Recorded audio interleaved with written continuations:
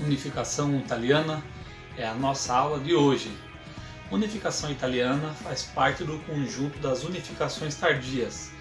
Unificações tardias tem esse nome porque é um conjunto de unificações, unificação da Itália, unificação da Alemanha. São unificações que acontecem durante o século XIX. A unificação da Itália ela se dá no ano de 1870, a unificação da Alemanha se dá no ano de 1871. As unificações é uma marca registrada da conturbada passagem do século XIX para o século XX. As agitações, a segunda revolução industrial, o nacionalismo, os ideais de liberalismo e agora também a primavera dos povos. Esse conjunto de movimentos faz com que ideais liberalistas, nacionalistas, a burguesia ascendente ao poder venha a ter sua participação muito forte no processo de liderança, no processo de formação, de unificação, tanto da Itália quanto da Alemanha. A unificação da Alemanha nós vimos que ela foi liderada e teve o seu artífice Otto von Bismarck, um chanceler de ferro. Agora veremos a unificação italiana, como ela foi, seus processos e as consequências da unificação italiana. A Itália, desde o Renascimento, o Império Romano, sempre foi um grande país. A Itália sempre foi um grande poder centralizado na Itália. Depois, na Era Moderna, acaba se esfacelando muito. Temos as invasões napoleônicas e depois nós assistiremos ali o Congresso de Viena. Destaque para a Áustria, Prússia e Rússia. Na Europa, o destaque mais para a Áustria. A Áustria é um grande império que domina sobre os estados mais enfraquecidos, como os estados germânicos e os estados italianos. Trazendo para a parte da Itália, a Áustria ela domina sobre os estados italianos. A Itália ela pode ser dividida em 3 territórios: estados do norte, que é o estado sardo-piemontês, os estados do centro, que é conhecido como estados pontifícios, pertencentes à Igreja Católica, e os estados do sul, principalmente destaque para as 2 Sicílias. Os estados do norte são eles que vão liderar o processo de formação, do processo de unificação da Itália. Marque aí no seu caderno, os estados do norte é composto pela burguesia industrial, que quer acompanhar o desenvolvimento industrial internacional, extracontinental que está ocorrendo no mundo. Eles vão liderar, eles serão a ponta de lança, o movimento principal sob a égide do Conde de Cavour, que vai ser o grande artífice da unificação italiana. Então a Itália não é a Itália é a Península Itálica dividida em 7 estados e nós dividimos ele em norte, centro e sul. Estados do norte, estados pontifícios e estados do sul. Nesse processo serão várias tentativas. Desde o início de 1820 haverá tentativas. A tentativa mais marcante de todas é a tentativa feita por Carlos Alberto, o até então rei sardo-piemontês, que vai declarar uma guerra contra a Áustria. Essa guerra será uma guerra vergonhosa por parte da Itália, porque o reino sardo-piemontês vai acabar perdendo essa guerra para o rei da Áustria, para o Império Austríaco, e o Império Austríaco vai acabar destituindo o Carlos Alberto e vai colocar o seu filho no lugar, Vítor Emanuel II. Vítor Emanuel II vai assumir o trono, e quando ele assumir o trono, já desde 1849, depois ali desse movimento, ele já vai eleger um homem que vai ser o artífice da unificação italiana. Importante para nós na questão do vestibular é compreendermos o que envolve a unificação italiana. Se você está com uma caneta na sua mão, anote aí, por favor. Bem, amigos, o que leva a unificação italiana a acontecer? É isso daqui que você está vendo aqui agora, ó. Ideias sociais que surgem no século XIX. Quais são essas ideias sociais? Liberalismo, nacionalismo. São ideias que levam à exaltação, à exacerbação das nações, tá? Então, sob a liderança do Conde de Cavour. Quem que é o Conde de Cavour, professor? Senhores, Conde de Cavour é o primeiro-ministro da Itália. colocado ali por Vítor Emanuel II. Conde de Cavour é um diplomata muito bem articulado que, para conseguir o processo de unificação, vai passar por muitas situações. Ele vai conseguir se articular muito bem. Na Itália nesse momento, nós temos 3 principais movimentos que vão ser considerados fundamentais para o processo de unificação da Itália. Movimento liderado por Giuseppe Mazzini, chamado de Jovem Itália. Jovem Itália. Outro movimento muito conhecido, liderado por um homem chamado Giuseppe Garibaldi. Giuseppe Garibaldi é conhecido como Herói dos Dois Mundos, porque ele estará aqui, lá na Itália e aqui no Brasil. Ele também vai contribuir para uma revolta muito famosa chamada Revolta do Farroupilha, que vai acontecer no sul do Brasil. Você vai ver comigo isso em outro momento em História do Brasil, mas ainda aqui nesse canal. Também nós temos um movimento liderado pelo Conde de Cavour, chamado de Ressurgimento. Senhores, então esses movimentos são movimentos nacionalistas, movimentos liberalistas. O que vai acontecer na Itália é um movimento liberal burguês monarquista.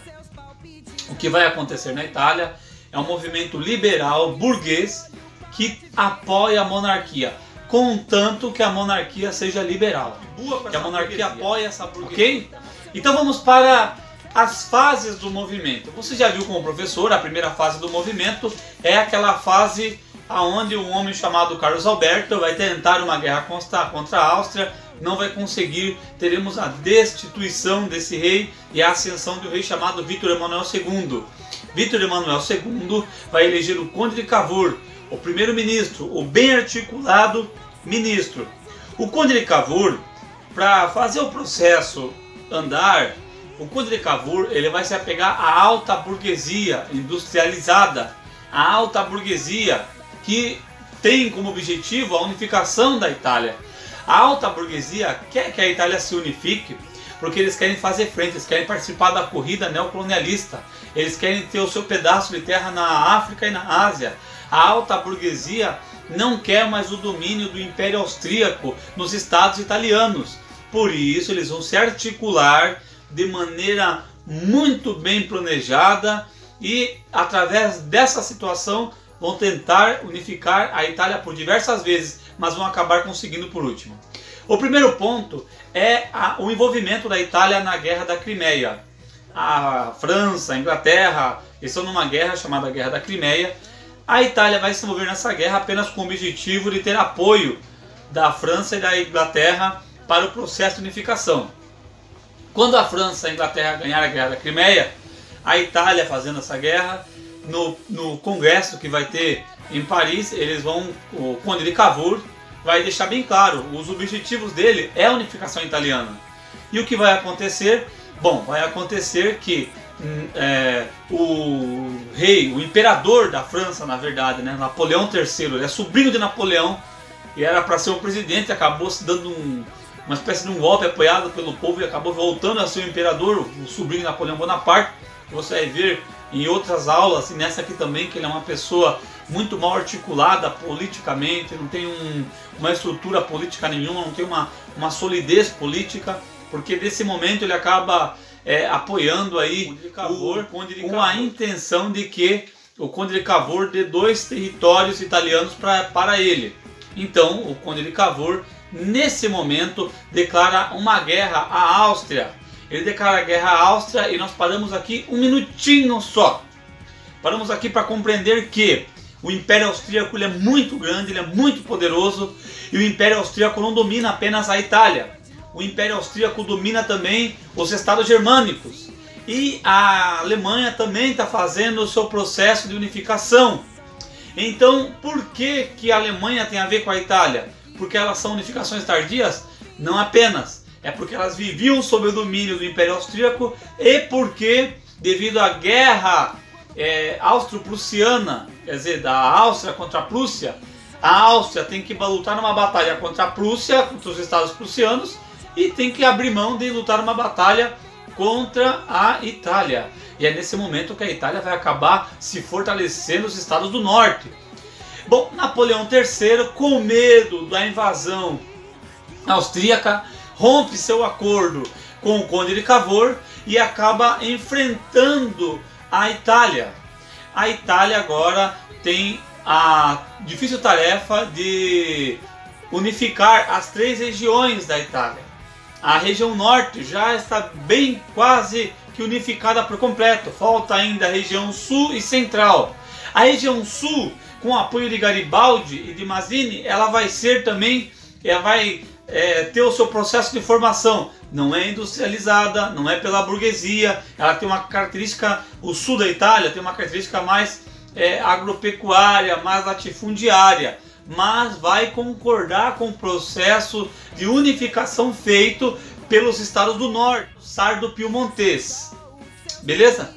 Então, continuando aqui, Napoleão III vai defender os estados pontifícios, porque a única maneira, ele está tão desprestigiado, porque ele rompeu com a Áustria, fez acordo com a Itália, rompeu com a Itália, voltou com a Áustria. Só que nesse momento, a Alemanha, que não é a Alemanha, os estados germânicos, também faziam uma guerra chamada Guerra Franco-Prussiana. O chanceler de ferro, Otto von Bismarck, declara guerra, consegue articular uma guerra contra a França. E Napoleão III tem que ir para essa guerra contra a França. É nesse momento que as tropas francesas saem e se enfraquecem dos estados centrais, dos estados pontifícios da Itália, e é o momento onde acontece a unificação italiana no ano de 1870. A italiana, que acontece em 1870, ela é um marco. Por quê? Porque a burguesia venceu. A burguesia alta, a burguesia industrial venceu. Uma burguesia que apoia um rei liberal venceu. Só que a igreja, que estava protegida pelo exército de Napoleão III da França, se sente prejudicada. A Igreja Católica, sob a liderança do Papa Pio IX, não concorda com isso, não apoia isso. E a igreja agora se diz desprotegida, prisioneira no próprio território. Nós temos aí um surgimento como consequência da unificação italiana, um evento chamado Questão Italiana. O que é a Questão Italiana? É esse rompimento da igreja com a unificação italiana. A Igreja Católica não apoia a unificação italiana. E aqui nós temos um ponto muito importante, senhores. Por quê? Porque isso vai explicar muita coisa. Vai implicar até mesmo no segundo reinado aqui no Brasil. Por quê? Porque o Papa, por não apoiar grupos maçônicos que apoiaram a unificação italiana, ele vai excomungar da igreja. E é nesse momento que a Igreja Católica declara ou é católico ou é maçom, por causa dessa questão.